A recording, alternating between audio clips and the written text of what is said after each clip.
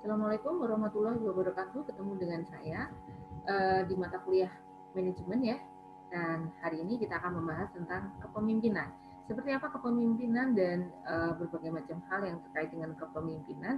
Kita coba share materi dulu ya.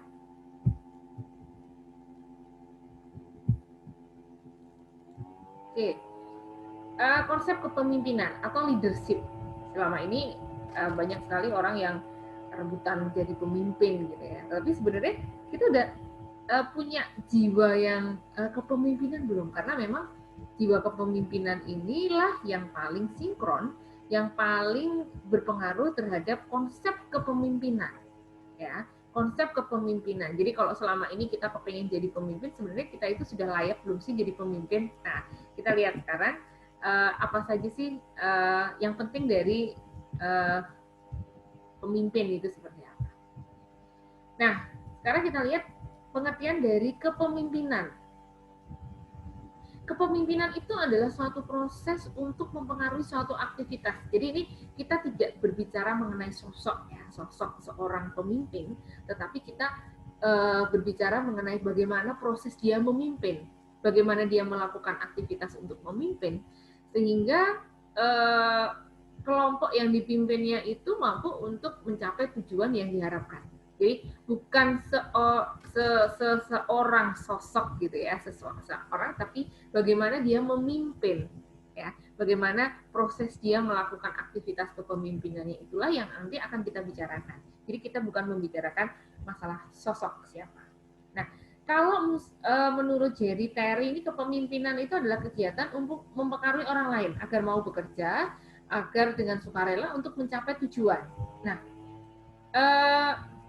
kepemimpinan ini merupakan penggunaan keterampilan ya dalam mempengaruhi orang untuk melaksanakan sesuatu dengan sebaik-baiknya. Jadi gini, kadang-kadang kepemimpinan itu bukan hanya kita memaksa gitu ya. Jadi kalau kita mempunyai sifat kepemimpinan itu kadang-kadang tanpa dipaksa pun kita akan nurut untuk dipimpin gitu ya. Nah, ketika kita nurut sama seseorang untuk dipimpin, berarti kita sudah terpengaruh terhadap kepemimpinan orang itu. Nah, orang yang seperti itulah yang mempunyai jiwa tentang kepemimpinan. Jadi kalau kita mau dengan sukarela dipimpin, nah berarti itu kita masuk kepada bahwa secara umum kita memahami bahwa dia memang mempunyai jiwa kepemimpinan. Jiwa kepemimpinan itu adalah bagaimana cara dia mempengaruhi orang itu tadi, supaya orang itu mau bekerja, mau sesuai dengan apa yang dia maui gitu ya. Tapi dalam konteks organisasi adalah bagaimana dia mampu untuk membawa orang-orang ini menuju kepada tujuan yang sudah diterapkan oleh manajemen. Nah, dari tadi ya, dari penjelasan saya soal kepemimpinan, jadi kalau kita definisikan sendiri itu sebenarnya kepemimpinan itu dipandang sebuah proses interaktif yang dinamis, ya, mencakup dimensi pimpinan, bawahan, dan situasi. Ya, kita pernah punya pemimpin negara yang hebat-hebat dengan berbagai macam konsep situasi yang berbeda.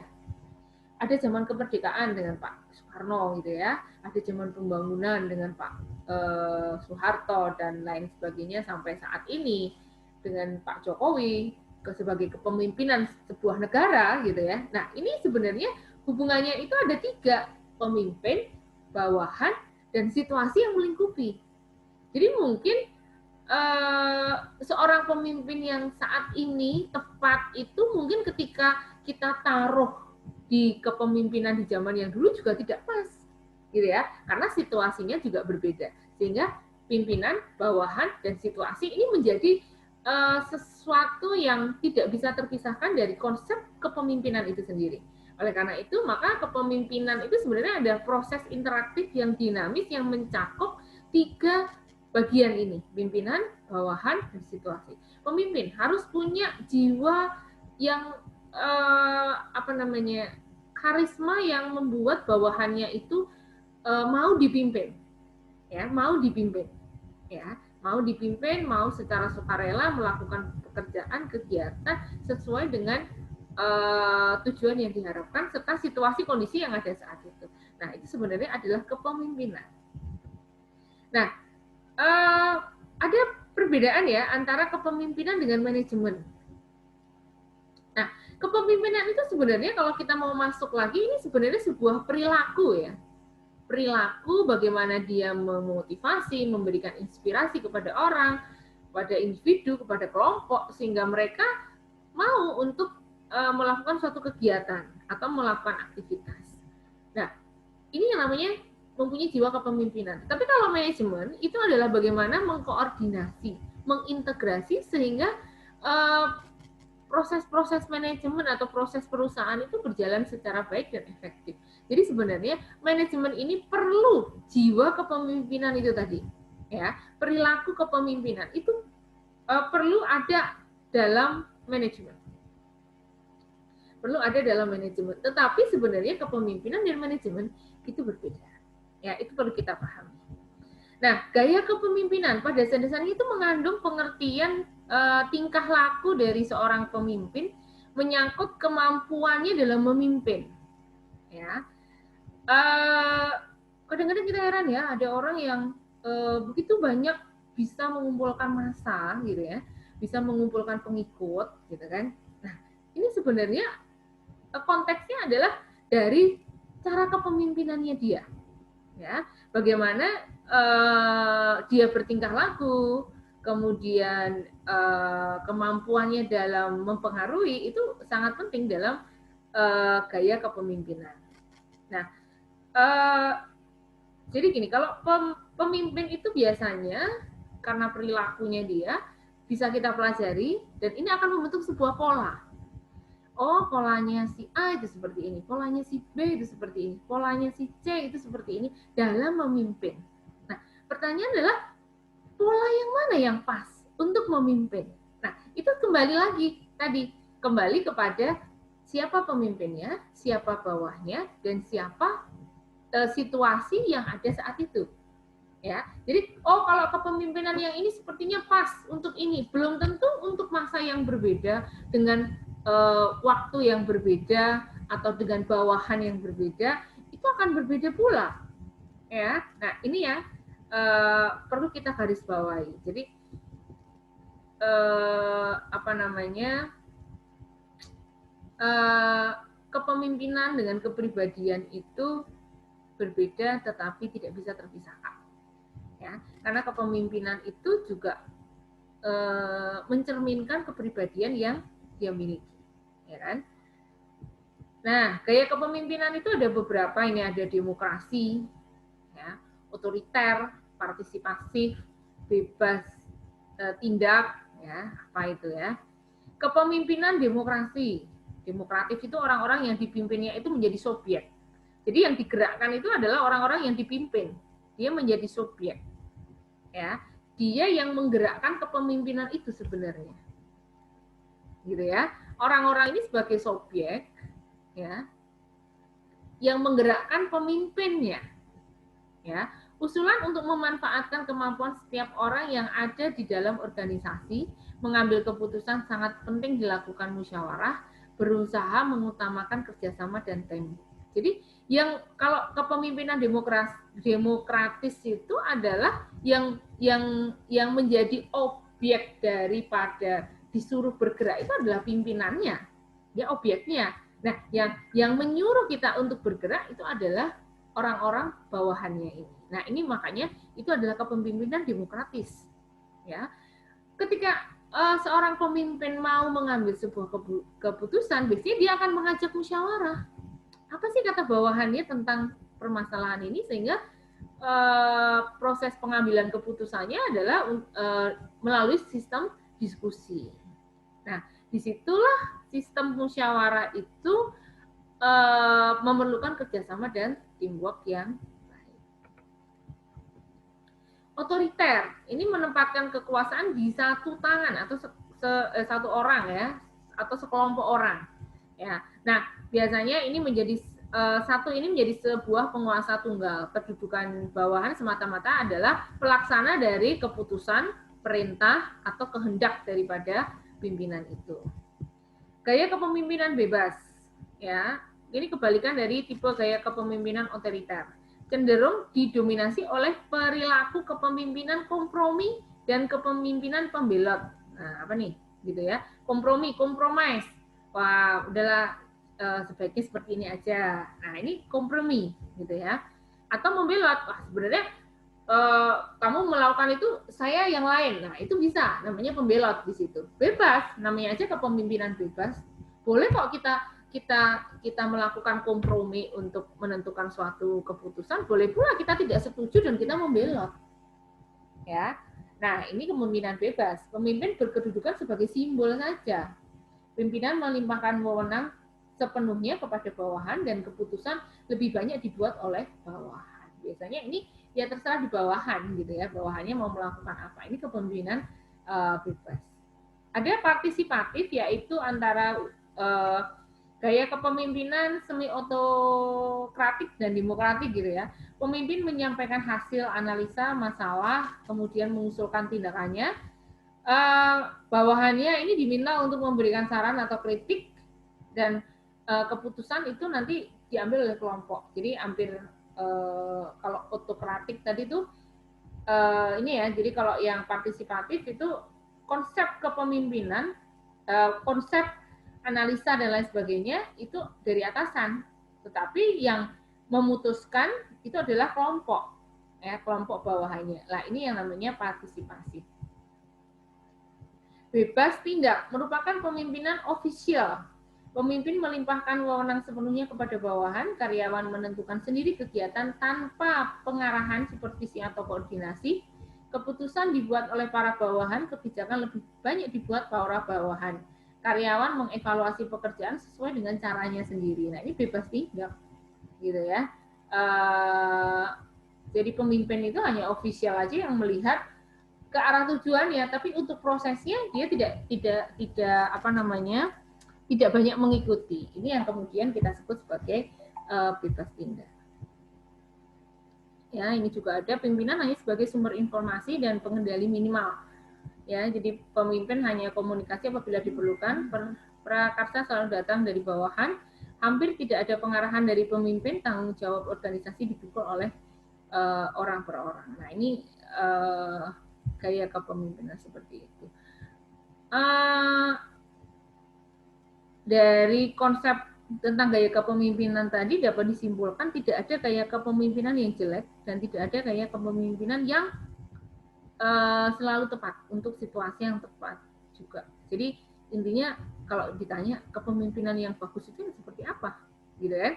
Apakah otoriter, demokrat? Ya, tergantung pada situasi dan kondisinya seperti apa.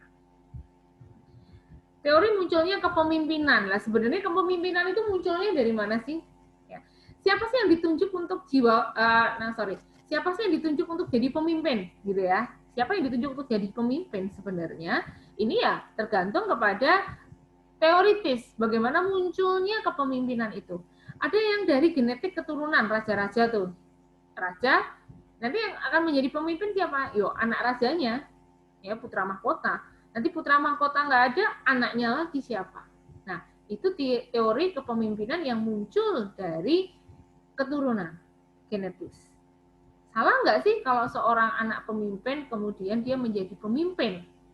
Nggak salah juga, karena di sini ada teori kepemimpinan.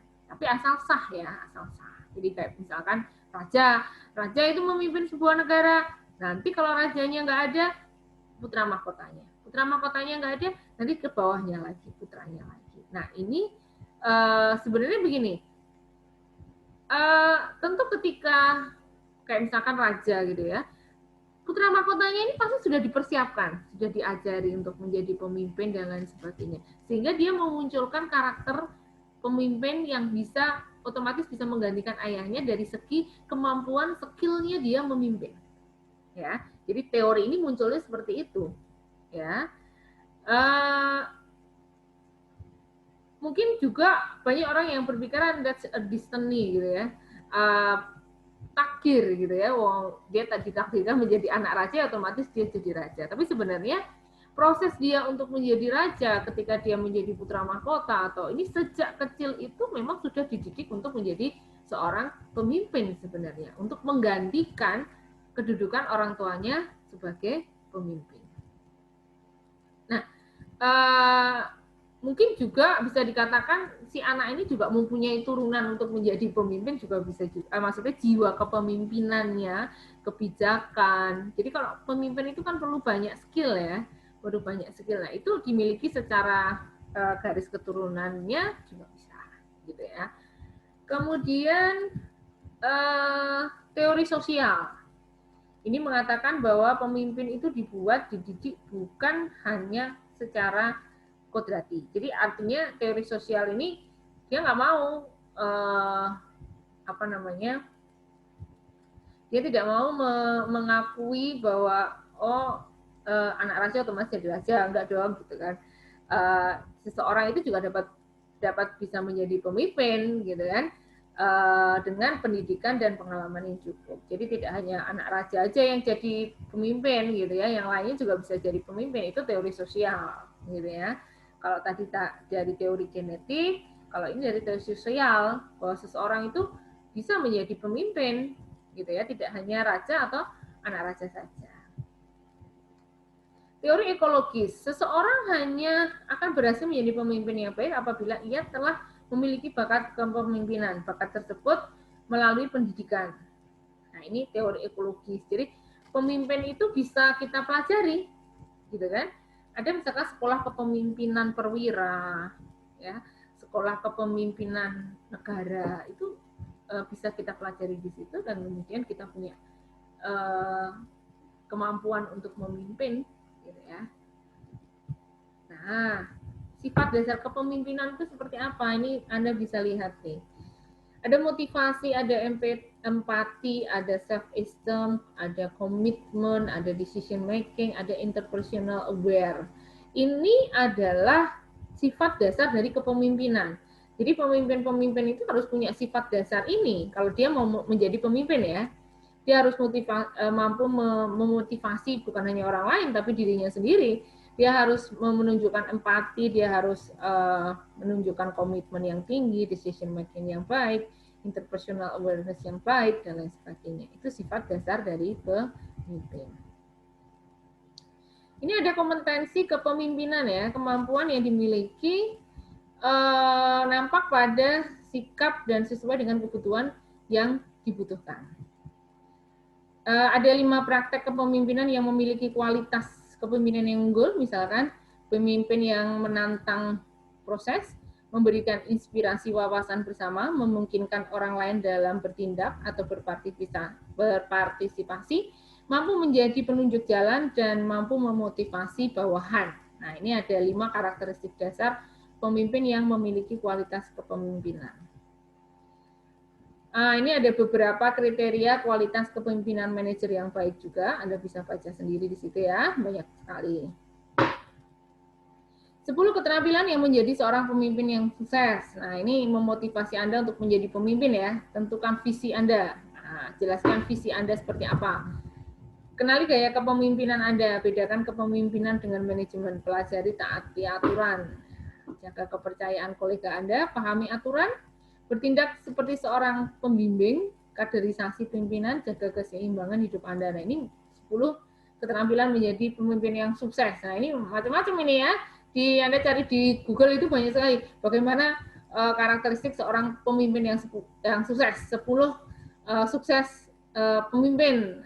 Seperti apa, itu banyak sekali. Macam-macam. Intinya adalah bagaimana sebenarnya jiwa itu ada di Anda. Ya. Mungkin semua orang punya jiwa kepemimpinan, tinggal bagaimana kita mengeksplor jiwa kepemimpinan itu. Nah, ada 5 dimensi kepercayaan ya. Jadi kalau kita mau jadi pemimpin, harus punya integritas, ya, harus jujur, harus punya menunjukkan kebenaran, harus punya kompetensi, harus punya konsistensi, harus loyal, harus terbuka. Ya.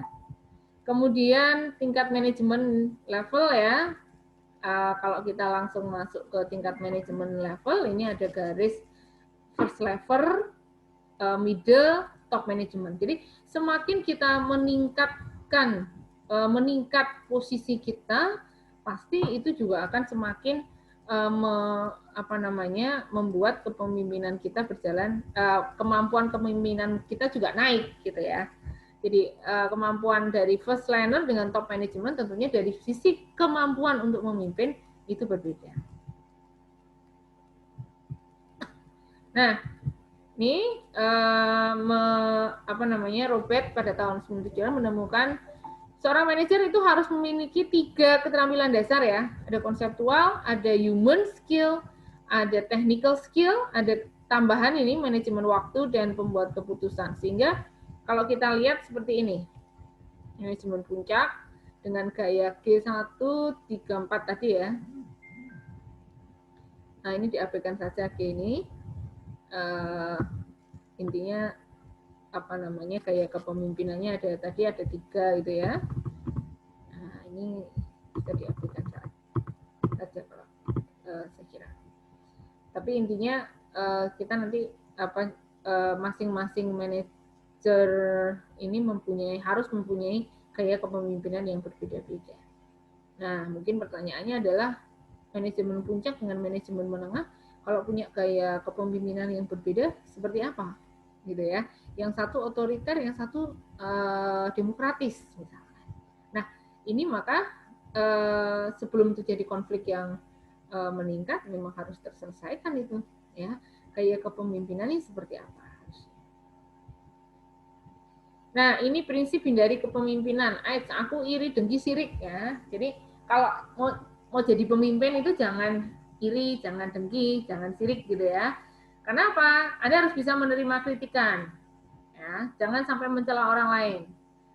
Jika terjadi ketidakberesan, jangan hanya menyalahkan, gitu kan? Kemudian jangan juga sering berprasangka buruk, gitu ya.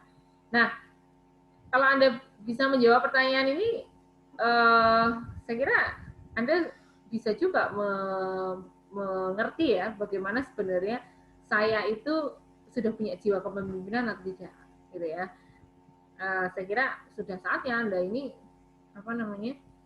mempunyai gaya kepemimpinan tertentu ya. Jadi karena kan nanti Anda lulus, Anda nanti akan menjadi pemimpin di dalam masyarakat. Ya, belajarnya seperti apa sih? Oh, belajarnya tentunya bisa ikut kegiatan-kegiatan yang ada di kampus, ya.